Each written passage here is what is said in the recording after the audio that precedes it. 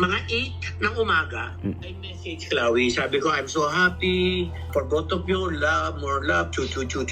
Mami, ang konti nagre-ring yung telepono ko. Wala pang 2 minutes. Si Chloe. Sabi niya, good morning pa. Sabi ko, why? I need to tell you something. Sabi ko, what? Any problem? Ano sabi niya? Pa, hindi tuloy yung kasal. Sabi ko, why? What happened? Tapos umiyak. She was trying to control it. Kaya lang, nung magsalita ako na medyo nabasag yung boses ko, umiyak. Sabi ko, why are you crying? What happened ba? Anyway, huwag mo na sagutin yung tanong ko. If you're not happy with it, don't do it. If you are not sure with it, don't do it.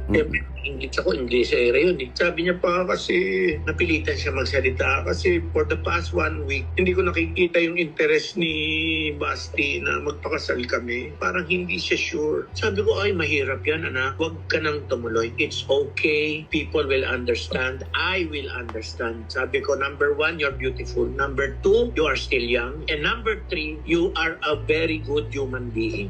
Cry and then move on. Huwag nang magpakasal. Huwag mo nang ituloy. Oh, sige, Papa. Okay, thank you, Papa.